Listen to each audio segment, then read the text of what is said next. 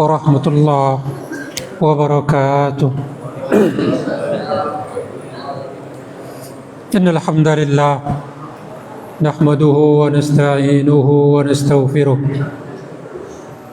wa na'udzu billahi min shururi anfusina wa sayyiati a'malina.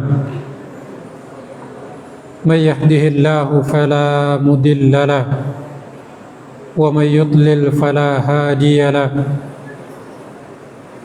Ashhadu an la ilaha illallah wahdahu la syarika lah wa asyhadu anna Muhammadan abduhu wa rasuluh sallallahu alaihi wa ala alihi wa ashabihi wa man ittaba'a hudahu ila yaumiddin. Ya ayyuhalladzina amanu taqullaha haqqa tuqatih wa la tamutunna illa wa antum muslimun. Amma ba'du, ayyuhal hadirun wal hadirat rahimani wa rahimakumullahu jami'an. Kembali kita bersyukur kepada Allah Ta'ala atas segala limpahan nikmat dan karunia kepada kita semua, sehingga alhamdulillah dengan nikmat tersebut kita kembali bisa hadir di pertemuan ini, dan semoga pertemuan kita pada malam hari ini pertemuan yang diberkahi oleh Allah Subhanahu wa taala dan memberikan manfaat kepada kita semua. Dan kita memohon kepada Allah, meminta kepada Allah Subhanahu wa taala agar Allah berikan keberkahan kepada umur kita, kepada amal kita, kepada keluarga kita, dan segala sesuatu yang Allah ridhoi dari perbuatan dan perkataan kita. Dan kita memohon kepada Allah Subhanahu wa taala senantiasa dikaruniakan keikhlasan dan amal yang diterima oleh Allah Subhanahu wa taala. Kemudian salawat dan salam senantiasa kita ucapkan untuk Nabi kita Muhammad sallallahu alaihi wasallam beserta keluarga, para sahabat, dan orang-orang yang mengikuti jalannya hingga hari akhir kelak. Dan semoga kita yang hadir termasuk dari orang-orang yang senantiasa berpegang teguh dengan petunjuk dan apa yang telah ditinggalkan oleh Rasul kita tercinta sallallahu alaihi wasallam. Taib hadirin yang dimuliakan Allah Subhanahu wa taala, malam kini insyaallah kita akan kembali melanjutkan pembahasan kita tentang khulasah ta'zimul ilm, tentang pengagungan kepada ilmu. Di kesempatan ini insyaallah ini sudah poin-poin terakhir, prinsip-prinsip terakhir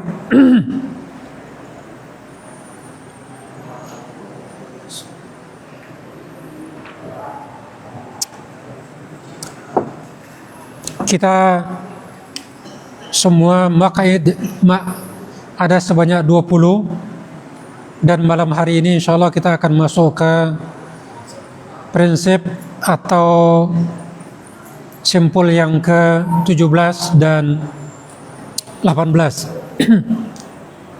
17 dan 18. Itu artinya tinggal satu kali pertemuan lagi, mungkin besok, pembahasan yang ke-19 dan 20. Dan semoga setelah ini kita menjadi talibul ilmi yang tulen, yang sebetul-betulnya talibul ilmi. Dan semoga kita bisa hafal ini, poin-poin yang ke-20 ini. Hafal ya, wajib hafal ya. Diwajibkan enggak? Hafal lah 20 prinsip ini. Dia kalau hafal kan bisa ingat, tapi kalau nggak dihafal nggak ingat ya. Betul kan? Ini gimana ceritanya nih? Kita nggak biasa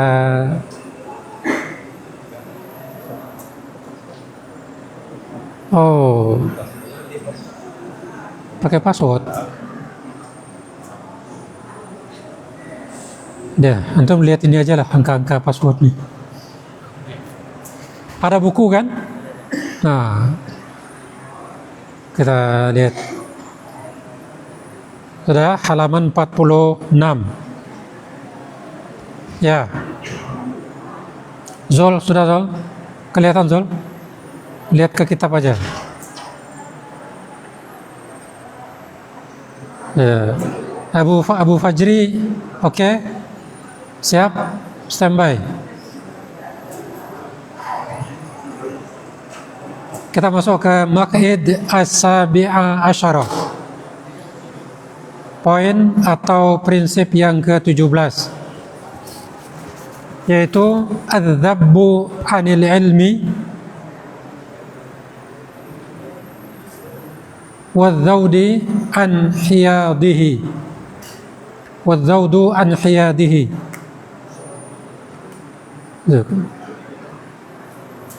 Adz-dzabbu 'anil ilmi wadz-zawdu an hiyadihi.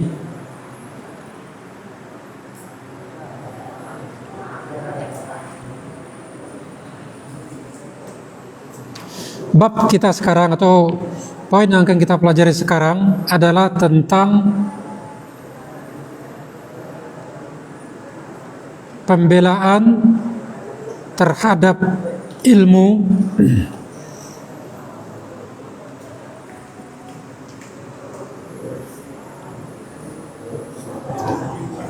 dan az-zawdu dan menjauhkannya atau menghindarkannya an hiyadihi dari segala sesuatu yang akan mengotorinya,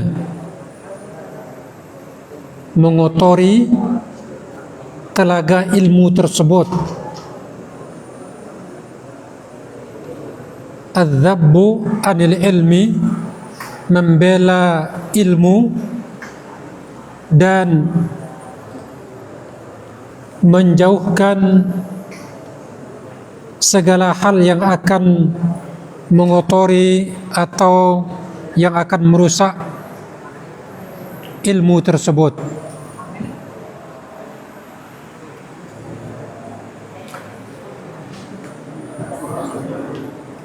Ilmu perlu dibela, perlu untuk dilindungi, perlu untuk diperjuangkan, dan ilmu tidak boleh ada yang menghinakan, yang meremehkan, dan itu banyak terjadi sekarang. Sehingga apa yang terjadi? Jika seandainya ilmu tidak lagi dibela, tidak lagi dihormati, tidak lagi dimuliakan, yang terjadi akibatnya keberkahan jadi hilang, dan ilmu tersebut tidak lagi bermanfaat. itu sudah menjadi yang tidak asing bagi kita sekarang. Ketika ilmu tidak lagi dihargai, ketika ulama tidak lagi dihargai, ketika orang yang menyampaikan ilmu tidak lagi dipedulikan, maka keberkahannya tidak didapatkan. Banyak orang yang mendengarkan kajian atau pengajian yang hanya sekedar kumpul-kumpul, formalitas, seremonial, rutinitas, dan segala macamnya. Sering kita memperhatikan ketika di tempat-tempat umum diadakan sebuah pengajian yang kajiannya hanya setengah jam, pembukaannya, protokolernya, penutupannya, makannya habis setengah hari, bahkan 1 hari, yang kajiannya hanya sebentar, dan itu pun di sisa-sisa waktu. Itu yang banyak terjadi sekarang. Orang lagi tidak menjadikan kajian tersebut sebuah prioritas. Ilmu itu bukan sebuah prioritas lagi. Kenapa? Harus ada pembelaan terhadap ilmu dan dijauhkan dari segala hal yang mengotorinya. Karena ilmu itu adalah Al-Quran, qaulullah dan qaulur Rasul. Itu masalahnya. Kalau ilmu itu perkataan Aristoteles, Plato, bolehlah. Atau filosof-filosof Yunani, atau orang-orang liberal, atau sejenisnya lah. Ini bukan. Ini perkataan Allah dan perkataan Rasulnya. Makanya harus kita bela, harus kita jaga. Kemudian dikatakan menghindari, bahkan menjauhkan dari segala hal yang akan merusaknya. Dai, penceramah, orang-orang yang sok tahu, komentator, itu ilmu agama bukan wilayahnya komentator itu. Ilmu agama ini sangat mulia.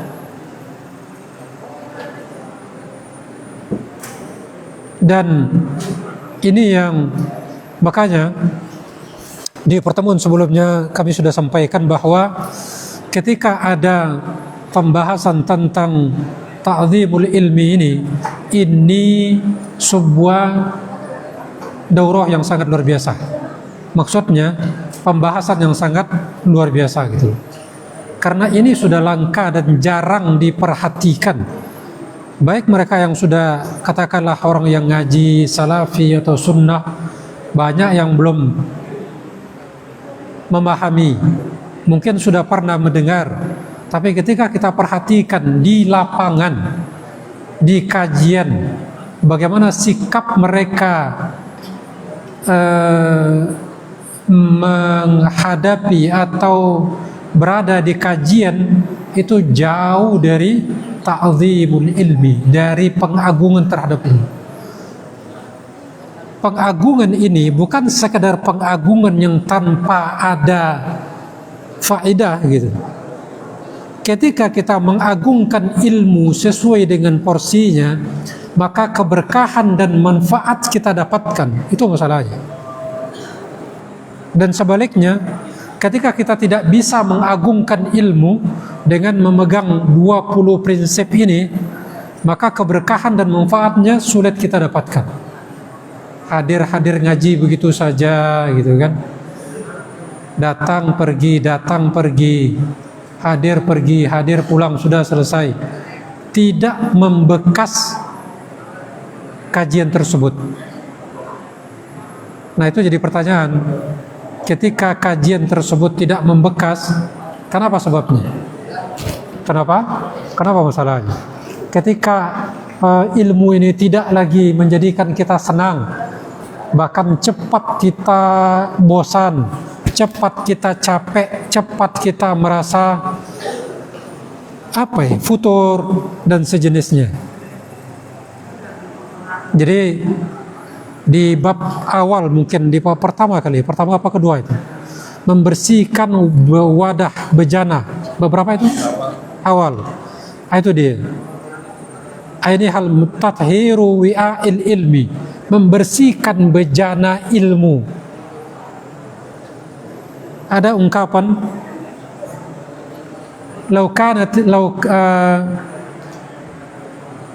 idza tahurat qulubuna ma syabi'at min kalami rabbina. Lau tahurat qulubuna ma syabi'at min kalami rabbina. Andai saja hati ini bersih, gitu kan? Andai saja bejana ini bersih, dia tidak akan kenyang dari perkataan Allah dan perkataan Rasulnya. Tidak akan kenyang, tidak akan puas. Kalau seandainya kita puas, gampang lelah, gampang bosan dengan perkataan Allah dan perkataan Rasulnya, hati kita berarti ada perlu dibersihkan. Perlu dibersihkan. Jadi baik, itu sudah menjadi pembahasan awal dulu. Sebelum ikhlas, itu dulu yang dibahas, gitu kan? Begitu pentingnya membersihkan bejana dari kotoran, harus dicuci. Jadi sekali lagi, karena ilmu ini adalah qaulullah wa qaulur rasul, perkataan Allah dan perkataan Rasulnya, maka harus kita jaga. Dari apa? Dari syubhat, dari dai pernyataan pendapat yang salah, dari penafsiran yang salah, yang tidak benar, pemahaman yang tidak benar terhadap Al-Quran dan hadis. Itu pentingnya membela ilmu tersebut. Kemudian, inna lil ilmi hurmatun wafiratun. Inna lil ilmi hurmatan wafirah. Sesungguhnya ilmu tersebut memiliki kemuliaan yang luar biasa. Ilmu memiliki kemuliaan yang luar biasa. Tujabul intisar lahu idza tu'arridu li janabihi bima la yasluh. Sesungguhnya ilmu tersebut punya kemuliaan yang tinggi. Punya kemuliaan yang tinggi. Wajib untuk dibela jika ada sesuatu yang mengganggunya, merusaknya, yang tidak pantas, yang tidak baik, maka ilmu harus dibela. Dari apa? Dari kebodohan, dari penyimpangan, dari penafsiran yang tanpa ilmu. Kemudian seperti sekarang banyaknya di medsos, karena ingin mendapatkan cuan, semua orang sekarang apapun dijual. Apapun dijual, betul tak? Apa coba yang tidak dijual sekarang di medsos? Demi cuan. Semua dijual. Termasuk persoalan agama. Orang-orang yang berbicara, bahkan mereka mungkin berbicara tentang agama tapi dia tidak tutup aurat. Ada orang yang berbicara tentang agama, tidak tahu latar belakangnya siapa, Intinya apa? Intinya karena mau mencari cuan tadi, mencari pendapatan dari banyaknya pengikutnya, dari banyaknya orang yang melikes-nya dan segala macamnya. Maka ini fenomena yang terjadi, dan ini semakin ke depan dibutuhkan orang-orang yang membela ilmu agama ini, membela akidah ini, membela pemahaman-pemahaman dari syubhat. Bahkan belum lama ini ketika menjelang Idul Adha kemarin, kita kenal sebuah hadis yang perintah lah ya, untuk atau larangan untuk tidak mencukur rambut dan memotong kuku semenjak, bagi siapa yang berniat untuk berkorban semenjak melihat hilal. Dan itu viral. Salah seorang dai yang sangat kita kenal, gitu kan, dia mengatakan tidak ada yang melarang, tidak ada larangan untuk mencukur atau memotong rambut, memotong kuku, kecuali hanya Hambali. Coba bayangkan. Dan tidak disebutkan bahwa ada hadis yang melarang gitu. Terlepas dari ada sebagian imam mazhab yang mengatakan larangan tersebut bukan larangan haram, tidak mutlak haram. Ada sebagian ulama yang mengatakan larangan tersebut berdosa. Namun dia mengatakan, dan itu viral beberapa hari sebelum hari raya Kurban, tidak ada larangan mencukur rambut dan memotong kuku bagi peserta korban. Tidak ada larangan, kecuali yang melarang satu, katanya. Satu yang melarang, yaitu Hambali. Nah, Masya Allah itu. Ini menyesatkan. Sampai di situ cuman. Tidak ada disebutkan bahwa walaupun ada hadis sahih yang menjelaskan larangan untuk ke situ, tidak disebutkan. Hanya dikatakan Hambali. Ini kan syubhat, penyesatan.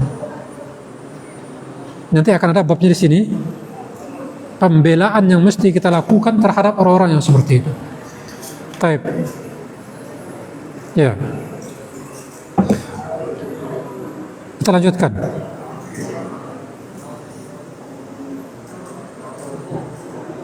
Waqad zahara hadal intisar. Waqad zahara hadal intisar inda ahli ilmi fi madahir. Dan pembelaan, penjagaan terhadap ilmu, menolong ilmu agama ini telah dilakukan oleh ahli ilmu, orang-orang yang berilmu. Di antaranya minha ar-raddu 'alal mukhalif, menolak atau membantah orang-orang yang jelas menyelisihi. Faman istabanat mukhalafatuhu lisyari'ah rudda 'alaiha kainan man kana. Siapa yang melihat, mengetahui dengan jelas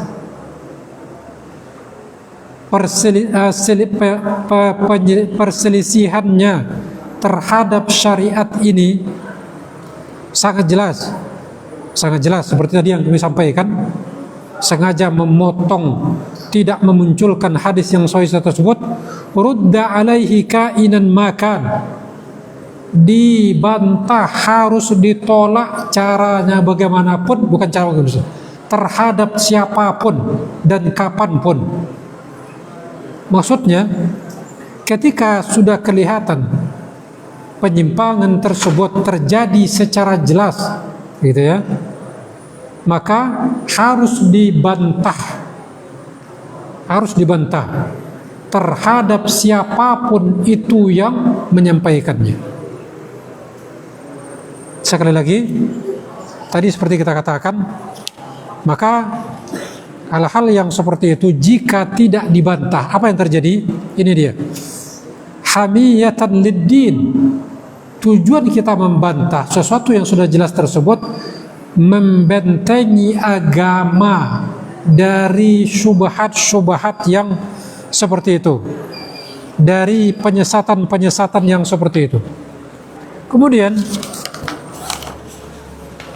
wa nasihatan lil muslimin, ini manfaat kedua. Apa tujuannya kita membantah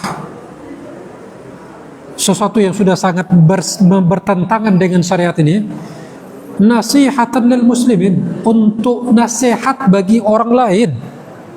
Contoh, di sebuah grup ada artikel ataupun potongan-potongan video yang menyesatkan seperti itu, maka harus dibantah di bawahnya. Kenapa? Agar semua orang tidak membenarkan pernyataan tersebut.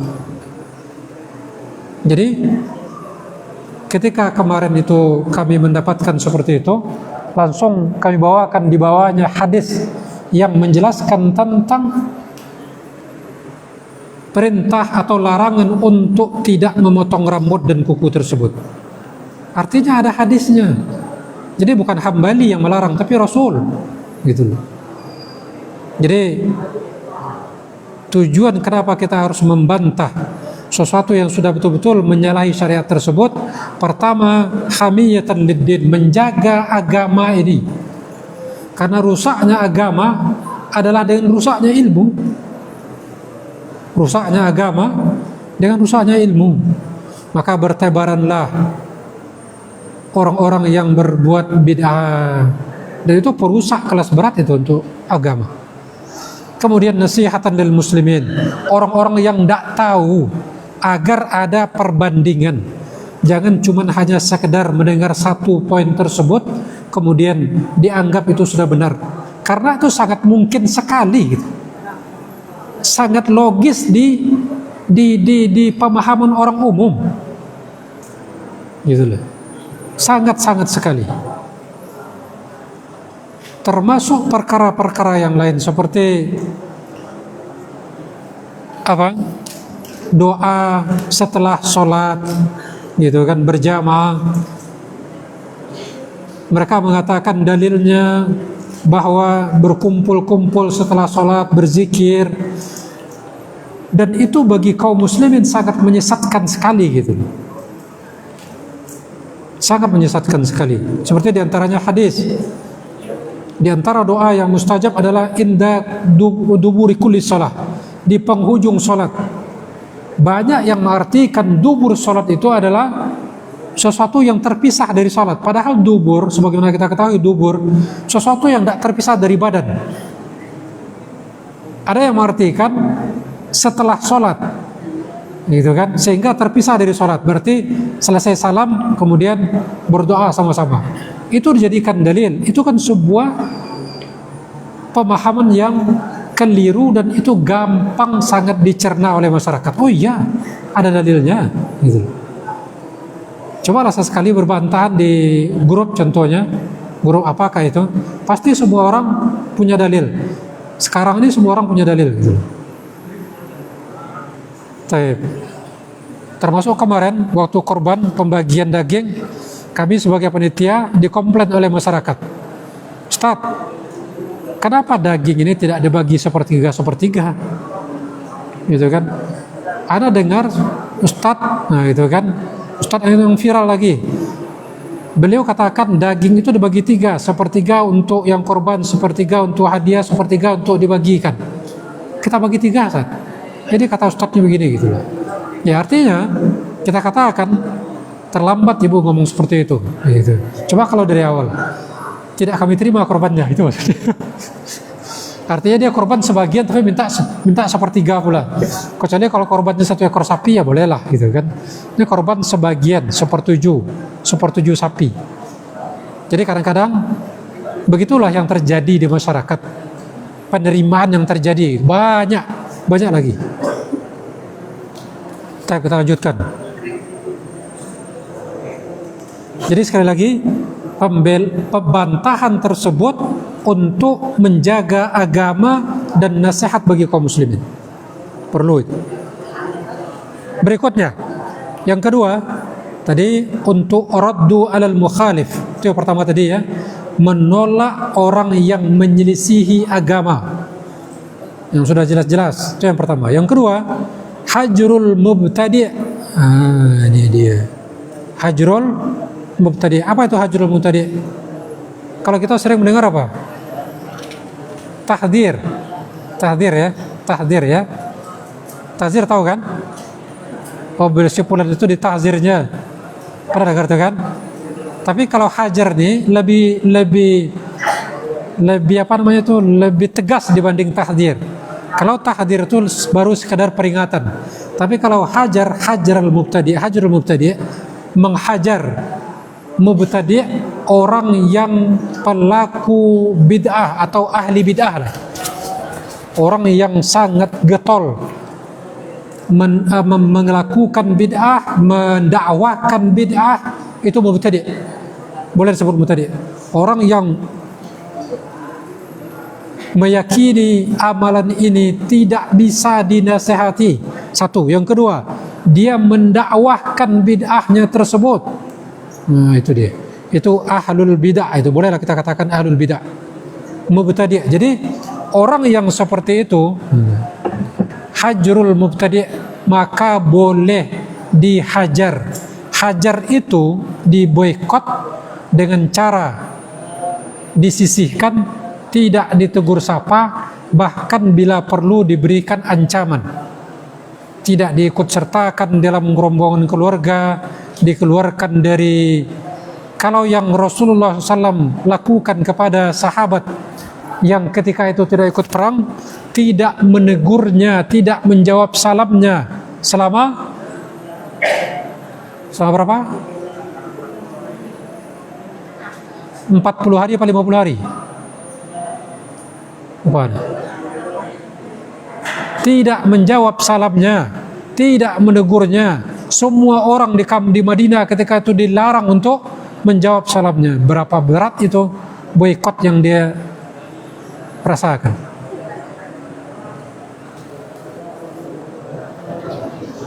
Baik, jadi zakarahu Abu Ya'la Al-Farra ijma'an. Salah seorang ulama, Abu Ya'la Al-Farra, beliau mengatakan bolehnya menghajar pelaku bid'ah itu sudah sebuah ijma'. Sudah ijma'. Maksudnya apa? Sudah sepakat para ulama membolehkan untuk menghajar. Jadi sekali lagi tadi ya, kita sering mendengar ada namanya tahzir gitu kan. Tahzir itu memberikan peringatan secara keras lah. Si anu itu sekarang pikirannya sudah nyeleneh semenjak dia ikut kajian di kelompok itu, contoh gitu kan. Dia sekarang sudah akidahnya sudah mulai macam-macam gitu kan. Dia penafsirannya terhadap sifat-sifat Allah ini sudah macam-macam, sehingga orang yang seperti itu mungkin kita tahdir, jangan dengarkan dia, jangan berteman lagi dengan dia. Tidak seperti itu. Itu tahdir. Adapun boikot, apapun hajar, itu lebih keras dibanding, lebih tegas dibanding tahdir.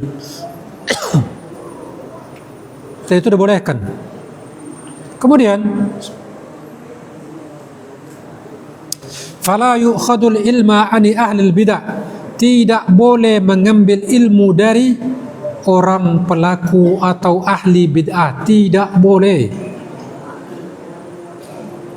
Orang yang tadi kita katakan suka menyebarkan syubhat,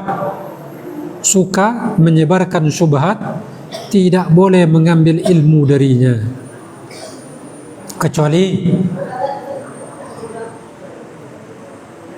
walakin idza turra ilaihi fala ba's. Tapi jika seandainya terpaksa, boleh. Apa untuk terpaksa itu? Apa contoh terpaksa? Contoh di tempat kuliah, yang di situ dosennya campur, ada yang sunnah, ada yang mungkin bukanlah, di kelompok-kelompok yang dinyatakan sesat, tapi dia ajarkan contoh nahwu sharaf, gitu kan, diajarkan nahwu sharaf, bukan ilmu syar'i. dan memang dia ahli di bidangnya, maka tidak apa-apa. Satu, yang kedua, kalau seandainya kita keluar dari jamnya, bisa jadi kita ketinggalan satu bidang studi dan itu akan mengganggu pembelajaran kita atau kuliah, maka itu dibolehkan. Itu dibolehkan. Jadi sekali lagi, jangan coba-coba untuk duduk atau belajar dengan orang yang suka pelaku bid'ah ataupun syubhat. Kama fir riwayati anhum ladal muhaddithin. Nah, ini juga terjadi di kalangan ahli hadis. Ahli hadis ada orang-orang yang mereka Mu'tazilah, tapi dia fiqhnya lebih luar biasa. Maksudnya hafalannya mantap sekali, dia bisa dipercaya, gitu kan? Kebohongan baginya sebuah perkara yang sangat menjadi dosa besar, gitu kan? Sehingga tidak mungkin dia akan berbohong. Dan ini juga diambil oleh ahli hadis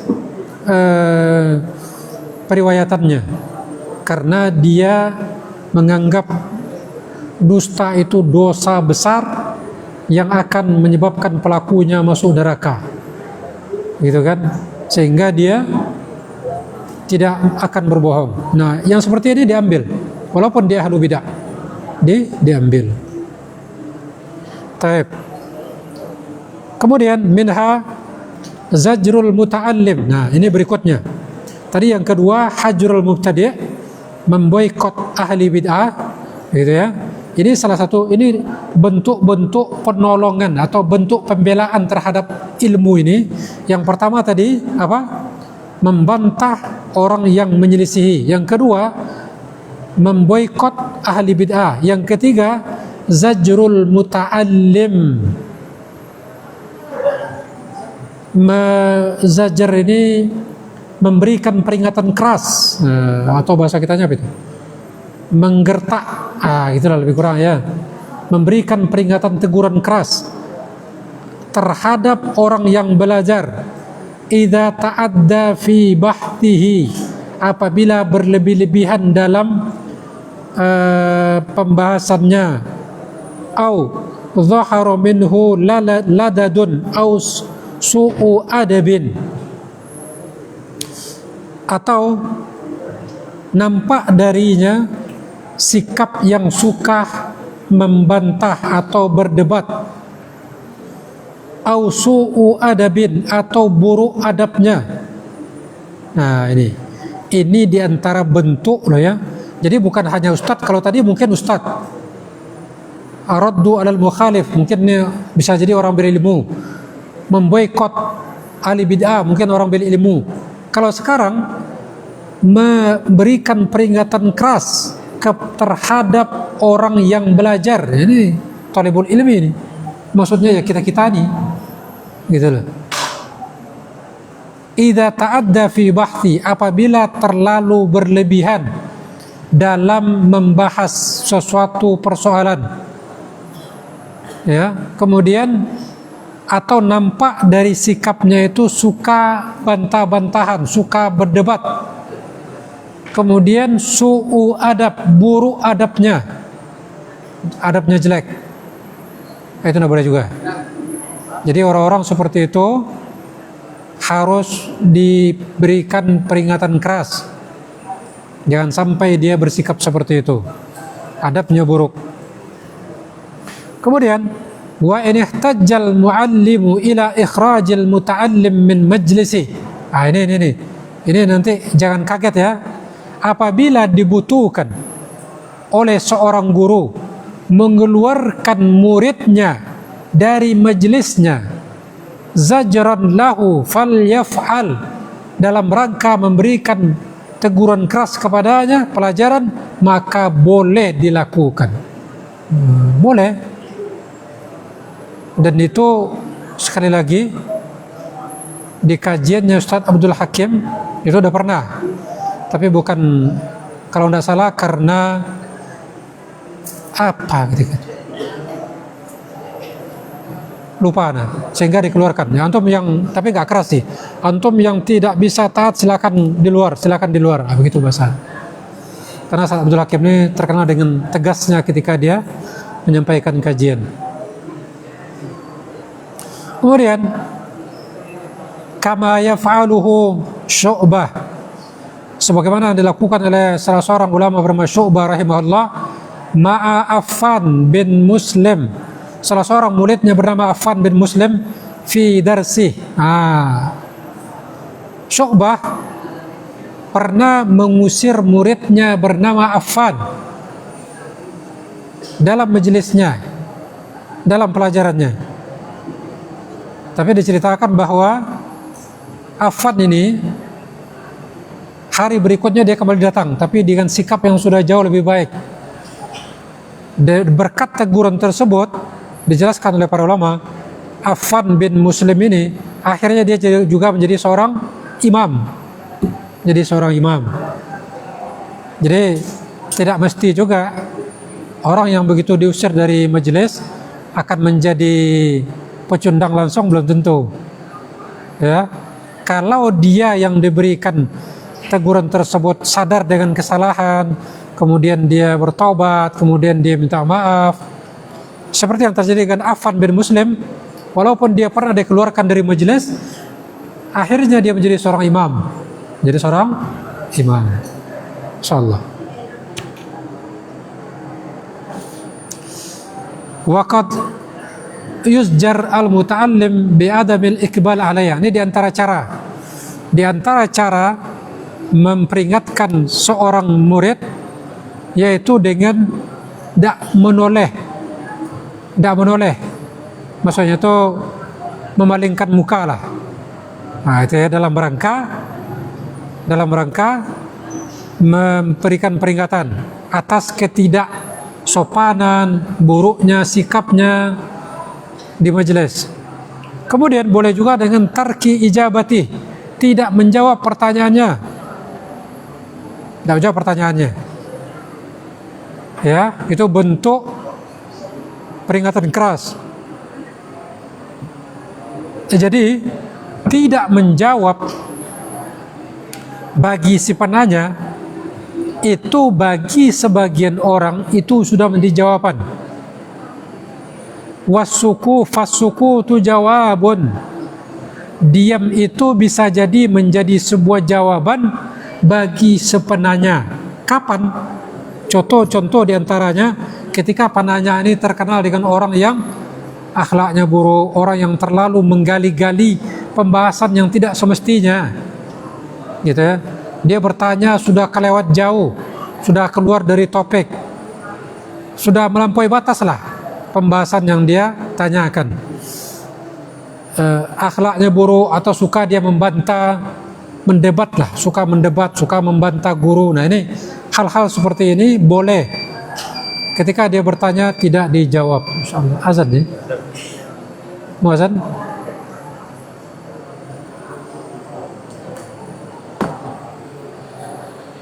Tidak ada ingatan azan. Silakan azan. Tukang itulah sibuk Jakar Rajo ya.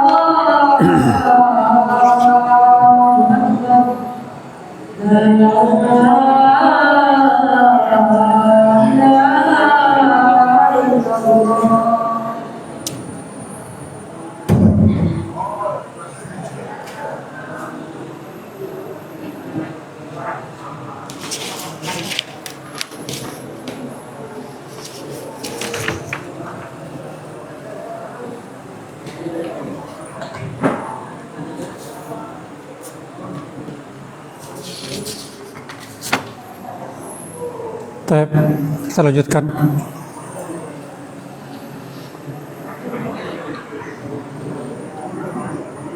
Musta'idun? Sudah siap? Wa ra'ayna hadha kathiran min jama'atin min asy-syuyukh. Dan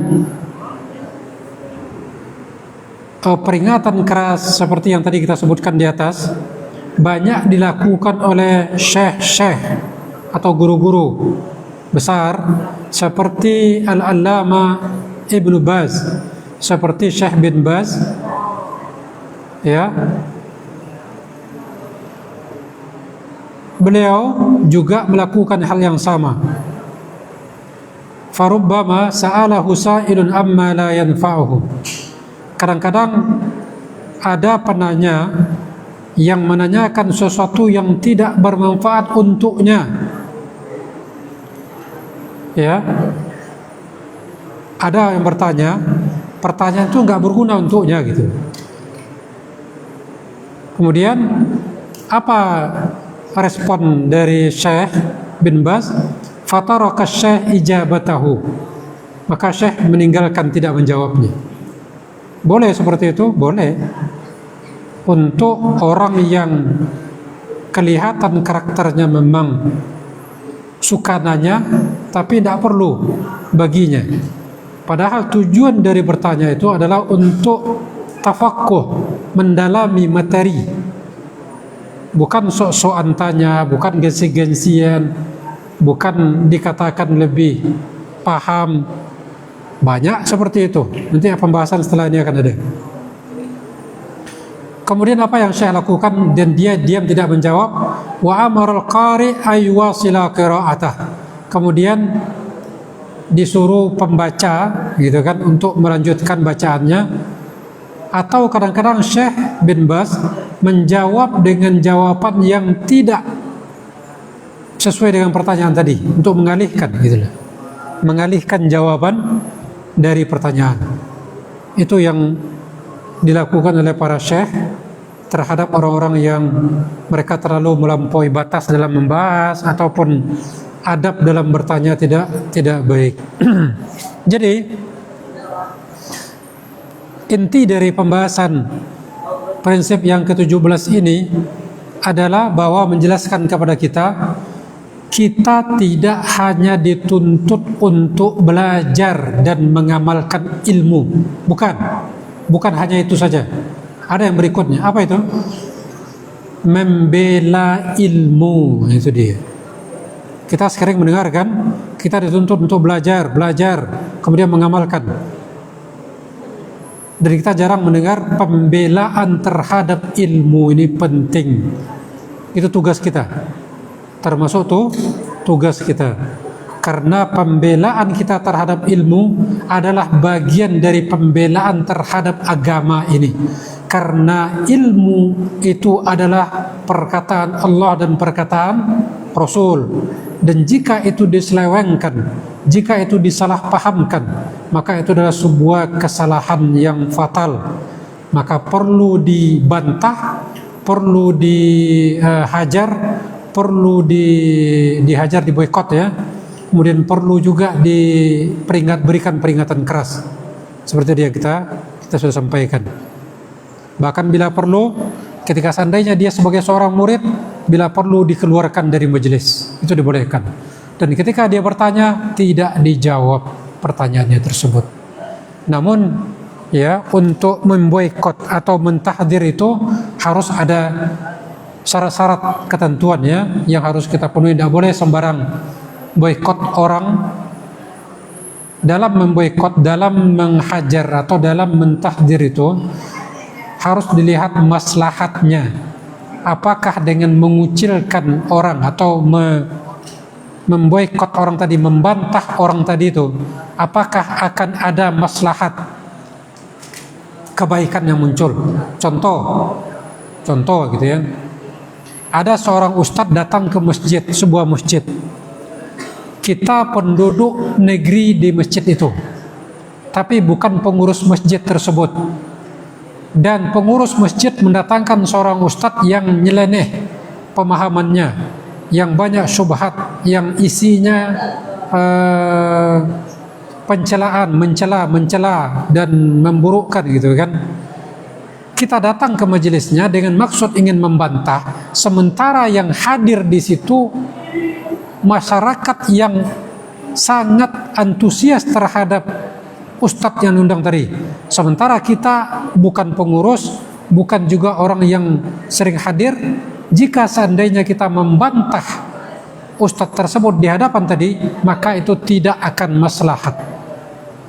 Tidak maslahat. Apa yang terjadi?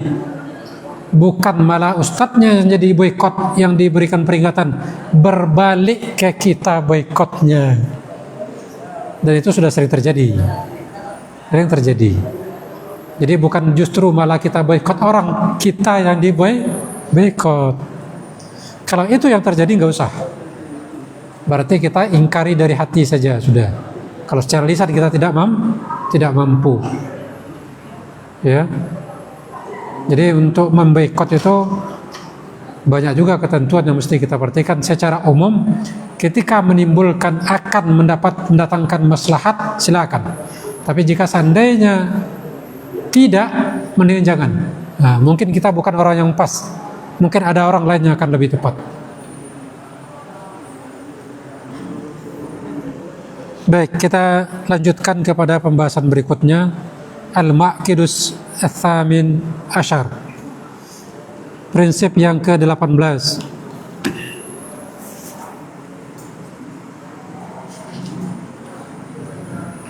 Prinsip yang ke-18, at-tahaffuz fi mas'alatil alim, menjaga, berhati-hati, nah itulah ya, dalam bertanya kepada guru, kepada orang berilmu.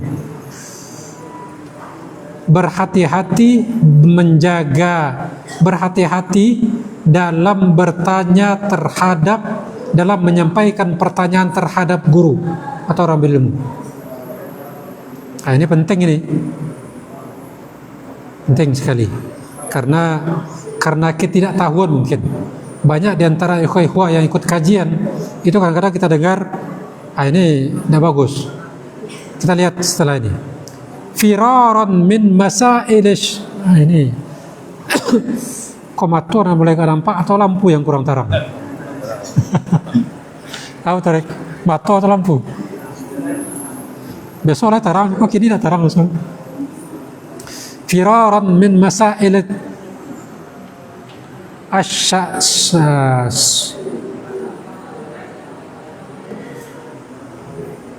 Coba baca Farul. Lebih enak dari tadi lagi. Kenapa nggak dari tadi?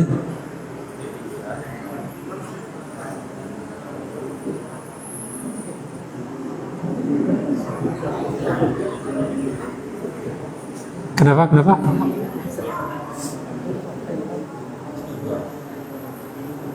Oh, pakai mic.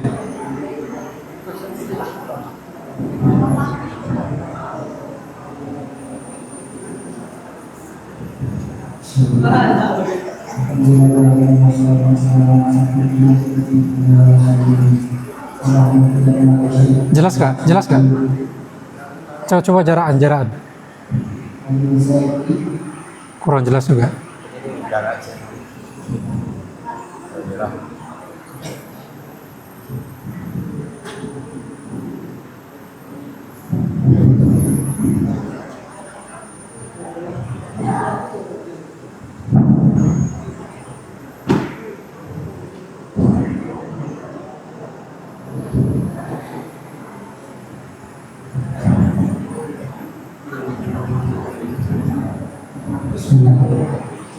Alhamdulillah, wassalatu wassalamu ala Allah akhirnya musyrikina wa musyrikin bagaimana terlibat dalam Islam muslimin lain. Kalau Allah Taala dan masyarakat tahaffuzu min masail alam dan fi masail alam wa fi masail syar'i wa masail alam fa inna su'ala al-ghadri tash'uru bi iqam wa yuqalu fi nadhi syar'i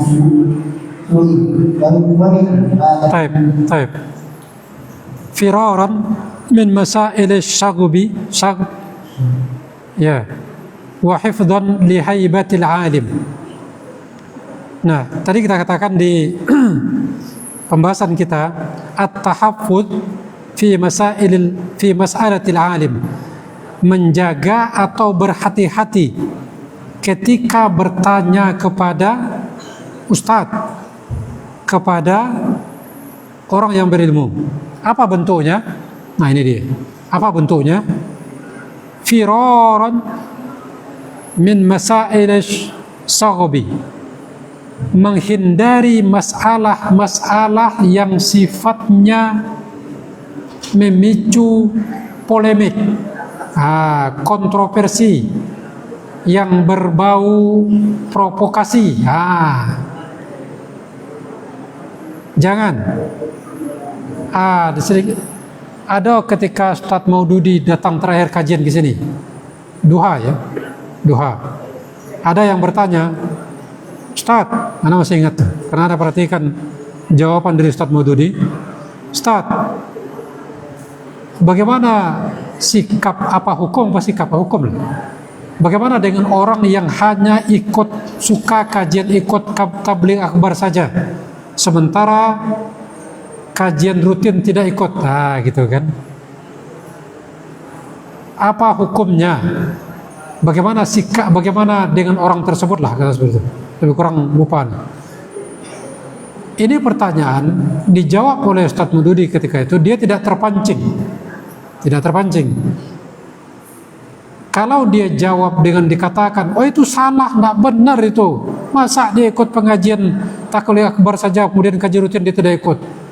Jangan seperti itu. Nah, jadi kalau Ustadz Maududi kemarin jawab seperti itu, terpancing dia.